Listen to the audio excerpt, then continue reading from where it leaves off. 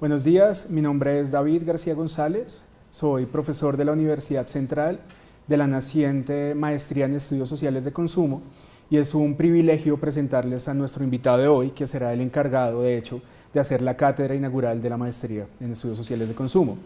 El invitado es Luis Enrique Alonso.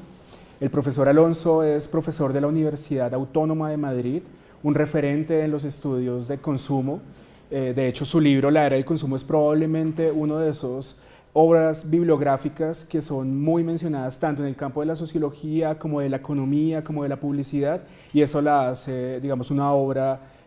bien particular y bien sui generis, y creo que este carácter particular lo vamos a encontrar en la obra del profesor Alonso, y sobre eso vamos a hablar más adelante. Por ahora le doy la bienvenida. Muchas gracias, profesor. Muchas gracias a vosotros. Por acompañarnos. Él recién llegó hace muy poco, así que lo tenemos aquí gracias a su generosidad.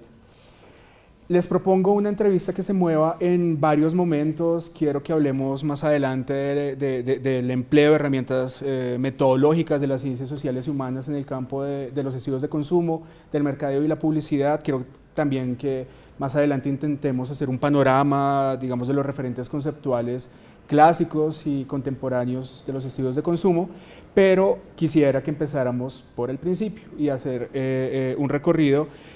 que iniciara con cómo llega el profesor Alonso a los estudios sociales de consumo, cómo se da su interés por estudiar el consumo. Y lo digo porque en el caso colombiano el consumo no ocupa una posición privilegiada, digamos, dentro de las jerarquías de las temáticas, de las agendas intelectuales, de los programas de sociología y de las ciencias sociales. Históricamente, por ahí hasta los años 80, era un tema claramente subordinado dentro de las ciencias sociales y humanas en Colombia. Profesor Alonso, ¿cómo se da su interés y su ingreso hacia los estudios de consumo? Pues yo empecé la economía dura, pues casi en la econometría. De hecho, mi formación es como economista, y en España en aquella época lo que había era, por una parte, un estudio académico muy cuantitativo, muy en la línea de mediciones de variables, y había bastante investigación hecha sobre seguimiento, digamos, de los patrones macroeconómicos básicos del consumo y las funciones de demanda, etcétera. A mí eso me causaba, aunque acabé esa licenciatura y acabé una tesis doctoral sobre ello y tal, me causaba muchísima insatisfacción metodológica, y porque me interesan los procesos sociales con sujeto, las prácticas reales, y me interesan otro tipo de, digamos, de enfoque de las ciencias sociales, que este enfoque tan distante y en ese sentido pues tan cuantitofrénico, ¿no? Aunque, como veremos, todo lo cuantitativo tiene que tener lugar, y hay un momento de objetivación en el estudio de lo social que es fundamental, pero también hay que buscar momentos de encontrar la subjetividad y las subjetividades, ¿no?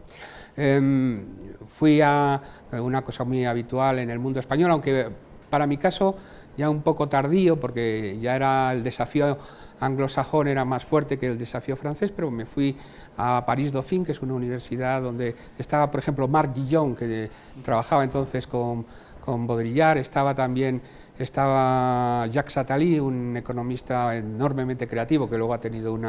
una historia extrañísima en el mundo, digamos, político francés. Y bueno, en aquella hice una maîtrise en Francia, y sobre esa maîtrise elegí un poco un tipo de enfoque que relacionase, pues digamos, estilos de vida con formas de producción, ¿no? Dos cosas fueron fundamentales en aquel momento. Primero, alejarme de un cierto, digamos, marxismo, vamos a llamar, tanto del marxismo más convencional, de tipo, digamos, de los partidos comunistas tradicionales y tal, que estaban llenas de consignas y muy pocos estudios teóricos digamos, y empíricos reales. Y por otra parte también la insatisfacción un poco de lo que podía ser la Escuela de Frankfurt, etcétera, y los informes y este tipo de enfoque fundamentalmente culturalista, donde había la tendencia al consumo inmediatamente como alienación, etcétera, etcétera. Y bueno, da la casualidad que en aquel momento se estaban formando cosas bien interesantes. Por ejemplo, la famosa Escuela de la Regulación francesa, Michel Aglietta, Coriat, etcétera, que bueno, ya empezaban a utilizar esta forma de norma de consumo de masas o norma de consumo obrero y articulaban la idea de Fordismo y luego postfordismo con estilos de vida y formas de consumo, digamos, que se derivaban de modos de regulación. Esta idea de que ya no solamente había un modo de producción, sino también un modo de regulación institucional, jurídico y también de la vida cotidiana, a mí ya me hizo pensar que la fórmula esta de separar la sociología del trabajo y los procesos de trabajo, las cadenas de montaje de la época, que luego se han convertido en los trabajos sobre robóticas o los trabajos sobre nuevas tecnologías, por una parte, y luego esta otra parte de una especie de estudio de consumidores absolutamente alienados o simplemente, pues eso, ¿no?, en la fórmula de Baudrillard ya sujetos en una cárcel de signos y tal, en esa selva de los signos y tal, que en el que convierte Baudrillard pues toda su teoría del consumo y tal, y convierte a un autor como Veblen en una especie de semiótico de la dominación total. Bueno, pues yo no me encontraba especialmente a gusto y a Baudrillard no solo lo he conocido, sino que lo he llegado a editar en español, porque la última edición de la Sociedad de Consumo, creo que la primera parte de Baudrillard, de la economía política del signo, el libro sobre el sistema de objetos y la sociedad de consumo, es con mucho una parte bien interesante y lo mejor de su obra, y luego, sin embargo, su deriva hacia algunos libros totalmente demenciales y que yo creo que tienen muy poco interés como ciencia social, otras cosas como ensayo cultural, que a lo mejor puede tener lo suyo, ¿no? Bueno, pues entonces yo ahí me dediqué un poco a ver que eso, ¿no?, que entre los estilos de vida y las formas de consumo y las maneras también de incrustación en el mercado de trabajo y en los procesos de trabajo hay miles de fórmulas, con además conceptos mediadores como el de ciudadanía, y bueno, pues a partir de ahí empezamos a trabajar tanto yo mismo como gente en mi equipo de trabajo, doctorandos míos, que nuestra idea era esa, no separar esos dos aspectos. Gran parte, por ejemplo, en España, que uno de los temas actuales, me imagino que aquí en Colombia será el mismo, el tema de la precarización de los mercados laborales para los jóvenes, etcétera. No sé cómo se puede estudiar el consumo de los jóvenes sin saber cuál es la estructura del mercado de trabajo de los jóvenes y cuál es su situación, digamos, de necesidades, por una parte condicionadas socialmente, pero por otra parte limitadas por su propio lugar en el mercado de trabajo, ¿no? Entonces, bueno, pues esa ha sido una fórmula. Conceptos como el concepto de estilo de vida, los capitales de Bourdieu nos han servido para mucho, pero yo creo que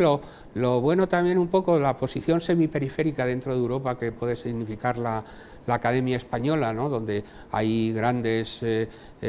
sociólogos, incluso a nivel mundial, Manolo Castells, etcétera, pero que tenemos esta idea que, en al fin y al cabo, bueno, pues tenemos como una composición, ¿no?, de muchas